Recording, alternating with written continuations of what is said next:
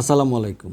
বাংলাদেশের ১৬ থেকে ২৫ বছর বয়সী নাগরিকদের প্রত্যেকের জন্য বাধ্যতামূলক সামরিক প্রশিক্ষণের যেন আওতায় আনা হয়, সেই জন্য একটি নোটিশ ডিমান্ডিং জাস্টিস আমি প্রেরণ করেছি গত ৪ আগস্ট ২০২৬ তারিখে। তো এই নোটিশ ডিমান্ডিং জাস্টিস কাদেরকে দিয়েছি এবং কি বিষয় এখানে আমি চেয়েছি এবং কোন কোন প্রেক্ষিতে আসলে আমাদের বাধ্যতামূলক সামরিক ট্রেনিং প্রয়োজন, সেই বিষয়গুলো বিস্তারিত তুলে ধরেছি। যে গত ৪ আগস্ট ২০২৬ তারিখে মন্ত্রিপরিষদ বিভাগের সচিব, প্রতিরক্ষা মন্ত্রণালয়ের সচিব, স্বরাষ্ট্র মন্ত্রণালয়ের সচিব, শিক্ষা মন্ত্রণালয়ের সচিব, প্রধানমন্ত্রীর কার্যালয়ের মুখ্য সচিব, রাষ্ট্রপতির কার্যালয়ের সামরিক সচিব, সশস্ত্র বাহিনী এবং আইনশৃঙ্খলা বাহিনীর শীর্ষ কর্মকর্তাদেরকে বিবাদী করে এবং দেশের প্রতিটি জেলার প্রশাসককে রেসপন্ডেন্ট করে আমি একটি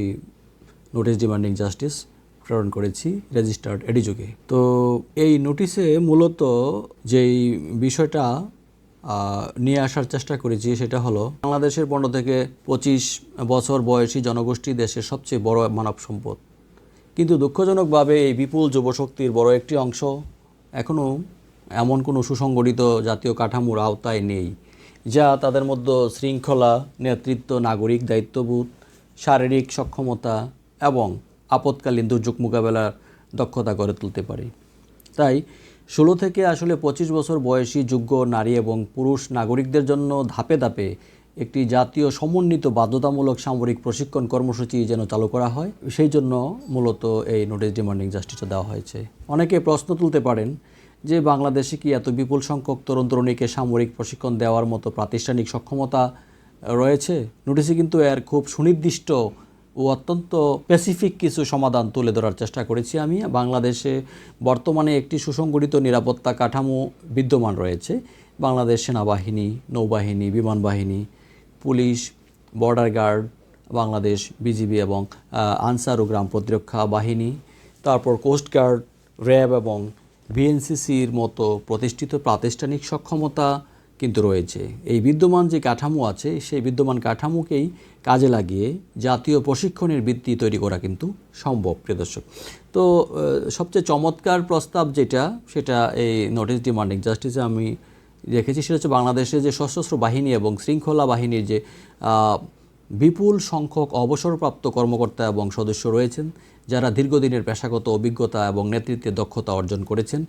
নোটিশে এই অবসরপ্রাপ্ত সেনা এবং পুলিশ কর্মকর্তাদেরকে প্রশিক্ষক, তত্ত্বাবধায়ক এবং প্রশাসনিক কর্মকর্তা হিসেবে সম্পৃক্ত করার প্রস্তাবও কিন্তু করা হয়েছে। যেটা বলছিলাম যে এর ফলে অত্যন্ত ব্যয় সাশ্রয়ী এবং কার্যকরভাবেই কিন্তু এই প্রশিক্ষণের অবকাঠামো দাঁড়িয়ে যাবে। এছাড়া এই প্রশিক্ষণটি পরিচালনার জন্য কিন্তু আঞ্চলিক প্রশিক্ষণ কেন্দ্র, ডিজিটাল নিবন্ধন ব্যবস্থা, মানসম্মত পাঠ্যক্রম, শিক্ষা ব্যবস্থার সঙ্গে সামঞ্জস্য রক্ষা এবং স্বাস্থ্য পরীক্ষা, নিরাপদ আবাসন এবং অংশগ্রহণকারীদের জাতীয় সনদপত্র প্রদানের মতো একটি পূর্ণাঙ্গ প্রশাসনিক একটা ফ্রেমওয়ার্ক তৈরির সুপারিশ কিন্তু এই নোটিশে করা হয়েছে। দর্শক, আরেকটি বিষয় যেটা, সেটা হচ্ছে বাংলাদেশে বাধ্যতামূলক সামরিক প্রশিক্ষণ চালুর আইনি এবং সাংবিধানিক কিছু ভিত্তি রয়েছে।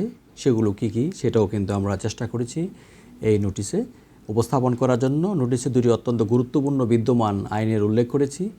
ন্যাশনাল সার্ভিস অর্ডিন্যান্স 1970, এই আইনের ৩ ধারায় শর্ত পূরণকারী নাগরিকদের কিন্তু জাতীয় সেবায় অংশগ্রহণের আইনি বাধ্যবাধকতা স্বীকৃত, অর্থাৎ ৪ ধারায় শিক্ষার্থীদের পড়াশোনা চলাকালীন এটি স্থগিত রাখার সুযোগ আছে এবং ৬ ধারায় কিন্তু প্রশিক্ষণপ্রাপ্তদের নিয়ে একটি ন্যাশনাল সার্ভিস রিজার্ভ গঠনের বিধান রয়েছে। এমনকি ১১ ধারায় বলা হয়েছে যারা বাধ্যতামূলক নিবন্ধনে ব্যর্থ হবে তাদের চাকরিতে নিয়োগে কিন্তু আইনি বিধিনিষেধ থাকবে। আর দ্বিতীয় যে বিষয়, সেটা হচ্ছে যে জুনিয়র ক্যাডেট ক্রপস অ্যাক্ট ১৯৫৩, যেটা সেই আইনের ১১ এবং ১২ ধারায় ক্যাডেটদের সামরিক প্রশিক্ষণ গ্রহণ এবং প্রশিক্ষণকালে সামরিক কর্মকর্তাদের প্রশাসনিক ও শৃঙ্খলামূলক ক্ষমতার আইনি যে স্বীকৃতি আছে সেটা কিন্তু রয়েছে। প্রিয় দর্শক, আরেকটি বিষয় হচ্ছে অনুচ্ছেদ ২১-১ আমাদের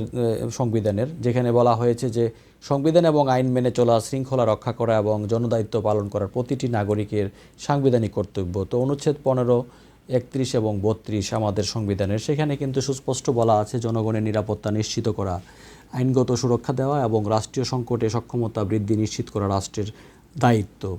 তো এই নোটিশে আরও যে বিষয়টি উল্লেখ করা হয়েছে, 1970 সালের অধ্যাদেশটি মূলত পুরুষদের জন্য ছিল। বর্তমানে যুগের সমতা এবং অন্তর্ভুক্তি এবং আধুনিক চাহিদার আলোকে নারী এবং পুরুষ উভয়ের সমান অংশগ্রহণ নিশ্চিত করে নতুন সমন্বিত আইন প্রণয়ন করা উচিত। বাধ্যতামূলক সামরিক যেই প্রশিক্ষণ, এটা কি শুধু বাংলাদেশেই নতুন কোনো ধারণা? এটা অনেকেই ভাবতে পারেন, এটা মোটেও নয়। নোটিশে বিশ্বজুড়ে প্রচলিত বাধ্যতামূলক যে সামরিক সেবার তুলনামূলক একটি আন্তর্জাতিক চিত্র আমরা তুলে ধরার চেষ্টা করেছি।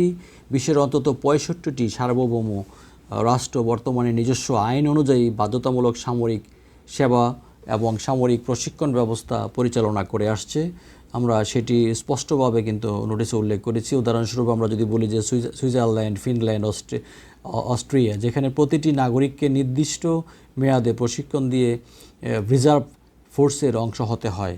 আর একটি বিষয় হচ্ছে যে নরওয়ে এবং সুইডেনের ব্যাপার, যেখানে নারী এবং পুরুষ উভয়ের জন্য সমানভাবেই কিন্তু বাধ্যতামূলক সামরিক প্রশিক্ষণের ব্যবস্থা রয়েছে। আর আরেকটি হচ্ছে যে আপনার দক্ষিণ কোরিয়া, সিঙ্গাপুর ও ইসরায়েল, যেখানে এই সামরিক প্রশিক্ষণ আসলে তরুণদের কেবল দেশের প্রতিরক্ষায় প্রস্তুত করে না, বরং তাদের মধ্যে প্রযুক্তিগত জ্ঞান, কঠোর সময়ানুবর্তিতা এবং জাতীয় সংহতি যে রক্ষা এবং বৃদ্ধি করার স্পৃহা তৈরি করে।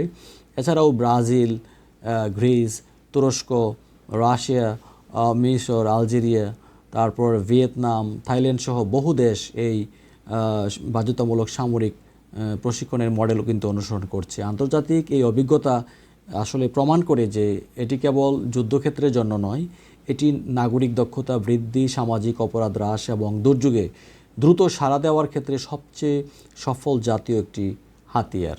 তো 15 থেকে 25 বছর বয়সীদের জন্য এই প্রশিক্ষণ চালু হলে ব্যক্তি, সমাজ এবং রাষ্ট্রীয় পর্যায়ে কিন্তু বহুমাত্রিক কৌশলগত সুবিধা সৃষ্টি হবে। তো ব্যক্তিগত সুফল যেটা আমরা দেখি সেটা হচ্ছে যে তরুণদের মধ্যে ব্যক্তিগত শৃঙ্খলা, দায়িত্ববোধ, সময়ানুবর্তিতা, শারীরিক এবং মানসিক সহনশীলতা এবং নেতৃত্বের একটা গুণাবলী গড়ে উঠবে।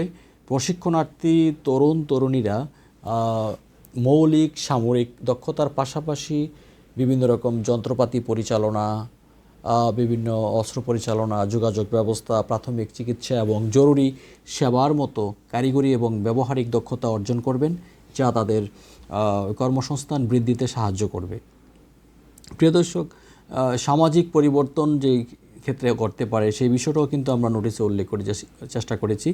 যুব সমাজকে মাদক, অপরাধ প্রবণতা, সহিংসতা এবং অসামাজিক কাজ থেকে দূরে রাখা কিন্তু সম্ভব হবে। প্রিয় দর্শক, ভিন্ন ভিন্ন ধর্ম, জাতিগোষ্ঠী এবং আর্থসামাজিক যে পটভূমি আছে সেটার তরুণরা কিন্তু একসঙ্গে প্রশিক্ষণ নেওয়ায় সামাজিক সংহতি এবং তাদের পারস্পরিক শ্রদ্ধাবোধ বৃদ্ধি পাবে, একটা হারমোনিয়াস রিলেশন তৈরি হবে। জাতীয় নিরাপত্তা এবং দুর্যোগ মোকাবেলার ক্ষেত্রে প্রশিক্ষণপ্রাপ্ত তরুণেরা দেশের সবচেয়ে বড় রিজার্ভ ফোর্স বা রিজার্ভ শক্তি এবং সহায়ক শক্তি হিসেবে প্রস্তুত থাকবেন। যেমন আমাদের দেশে বন্যা, ঘূর্ণিঝড়, নদীভাঙ্গন, ভূমিকম্প বা অগ্নিকাণ্ডের মতো প্রাকৃতিক বা মানবসৃষ্ট দুর্যোগও কিন্তু বেসামরিক প্রশাসনের উপর অনেকটা চাপ কমিয়ে উদ্ধার অভিযান, ত্রাণ বিতরণ এবং আশ্রয়কেন্দ্র পরিচালনায় তারা সরাসরি নেতৃত্ব দেওয়ার সুযোগ থাকবে। আর এই লিগ্যাল নোটিশের সবচেয়ে গুরুত্বপূর্ণ যেই পার্ট সেটা হচ্ছে সংশ্লিষ্ট কর্তৃপক্ষকে আনুষ্ঠানিকভাবে ব্যবস্থা গ্রহণের জন্য এই সংক্রান্ত বিষয়ে 15 দিনের সময়সীমা দেওয়া হয়েছে। এই নোটিশটিতে আমি সেটা তাদেরকে বলেছি যে আগামী 15 দিনের মধ্যে একটি উচ্চ পর্যায়ের বিশেষজ্ঞ কমিটি গঠন করে বাধ্যতামূলক সামরিক প্রশিক্ষণের নীতিমালা এবং বাস্তবায়নের যে ধাপ বা স্টেপ ভিত্তিক আপনার রোড ম্যাপ, প্রশাসনিক ও আইনি কাঠামো এবং প্রশিক্ষণ ব্যবস্থাপনা ও প্রয়োজনীয় বাজেট নির্ধারণ করতে হবে। সেই বিষয়গুলো কিন্তু আমরা নোটিশে চেয়েছি। যদি নির্ধারিত সময়ের মধ্যে সরকার প্রয়োজনীয় উদ্যোগ না নেয় তবে আমি কিন্তু সেই বিষয়ে জনস্বার্থে বাংলাদেশ সুপ্রিম কোর্টের মহামান্য হাইকোর্ট বিভাগে রিট পিটিশন দায়ের করার কথাও কিন্তু এই নোটিশে উল্লেখ করেছি। তো সম্মানিত ভিউয়ার্স, বাংলাদেশে বিদ্যমান বিপুল জনমিতিকে জনমিতিক সুবিধা এবং দুর্যোগ প্রবণতা এবং জাতীয় সুরক্ষার কথা বিবেচনা করলে 16 থেকে 25 বছর বয়সী যোগ্য নাগরিকদের বাধ্যতামূলক সামরিক প্রশিক্ষণ দেওয়া অত্যন্ত গুরুত্বপূর্ণ একটি নীতিগত পদক্ষেপ হতে পারে বলে আমি মনে করছি, এবং আশা করি সংশ্লিষ্ট কর্তৃপক্ষ, যাদেরকে রেসপন্ডেন্ট করা হয়েছে, সরকার সহ সংশ্লিষ্ট কর্তৃপক্ষ এই বিষয়টিতে নজর দিবেন এবং আমাদের দেশের লক্ষ লক্ষ তরুণ নারী পুরুষ যারা আছেন তাদেরকে রাষ্ট্রের বিনির্মাণে এবং রাষ্ট্রের দুর্যোগপূর্ণ সময়ে তাদেরকে কাজে লাগিয়ে দেশের মাতৃকার প্রতিরক্ষা ব্যবস্থা সহ সকল ক্ষেত্রে তাদের গুরুত্বপূর্ণ অবদান রাখার জন্য প্রয়োজনীয় ব্যবস্থা নেবেন বলে আশা করছি। ধন্যবাদ, ভালো থাকুন।